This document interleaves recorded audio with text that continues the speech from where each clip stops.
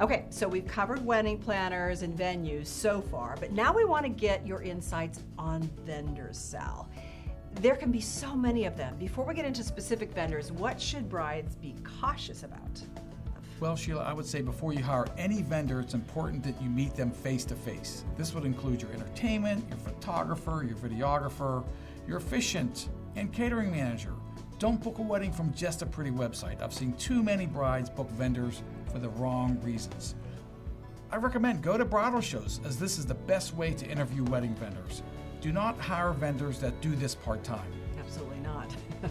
and be careful of vendor recommendations from other brides or other people. What was good for them may not be good for you and your vision. You want your wedding to reflect who you are, not who someone else is. Also, be careful if there are way too many positive reviews. Sometimes it's the friends and family members that are writing them in order to get the vendor business. Now, how do you negotiate the best price and value from vendors? Don't tell them your budget. Let them tell you. Don't show your hand. When they ask you what your budget is, your answer is, tell me your best and most valuable offer that will fit my needs. When you're choosing a vendor, call them and see how long it takes them to get back to you. If it's more than one day, then either they're not dependable or responsible, or they don't need your business. I would only deal with vendors that call you back within 24 hours from your initial contact, whether it's an email or a phone call. This will be a good indication moving forward as to how your communication will be with them going forward. Now, it isn't necessary to constantly be in touch with them, but give them deadlines and always ask questions if you're not sure of something. If anything changes or there are additions to your contract, make sure it's in writing as an addendum of the contract or through an email that you both agree to.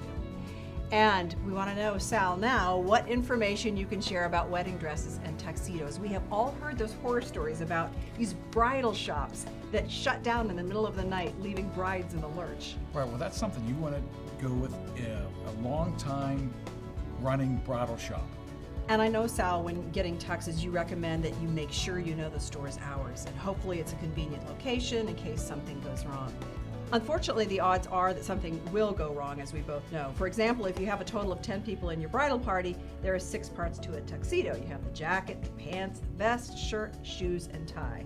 Right, so if you multiply 6 components of the tuxedo times 10 groomsmen, including fathers, ring bearers, that means that tuxedo shop has to be right 60 times.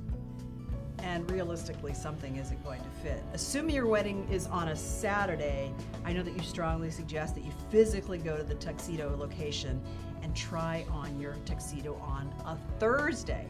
Now, if that's not possible, then you want your groomsmen to try on their tuxedos no later than Friday mid-morning. This allows time for any alterations or to fix anything that could go wrong with the tuxedo fittings. And also keep in mind, between the time they were measured and the time of your wedding, your groomsmen may have gained or lost weight. Right. We see that with the Ring bridesmaids bearers too. grow. Ring Yes, bearers grow. things can happen. Sure. It's time, yeah. And some things may not properly fit. That at least gives you a Friday to go to the tuxedo store to make sure that you have these adjustments for the Saturday wedding. Sure, because I've heard of times where the tuxedo company is running new pants or a new jacket out right prior to the ceremony, so it could be fitted. So, but if you did these things precautionary, this would avoid, that to happen. Speaking of the bridal party, there are important considerations when choosing groomsmen or bridesmaids. There's a lot that goes into that decision making, not just who's your best friend. Right. First of all, it could be a huge time commitment and a huge financial commitment. You have the shower, you have the bachelorette party, you have the bachelor party, you have could be destination wedding. Exactly. And you have to and pay have for travel that. expenses. Got to pay for the dress, the tuxedo, Absolutely. everything. Right. Yeah. Right. So I mean, you do have to make sure that your wedding party is able to financially commit. Right. And there is a huge time commitment as well. Sure. And as an option, if they can't commit, then maybe make them part of the wedding as far as doing a reading or something. You can still involve them in other ways. Or ask one of them to be your personal assistant, say for the Correct. bride. Exactly right. Yes.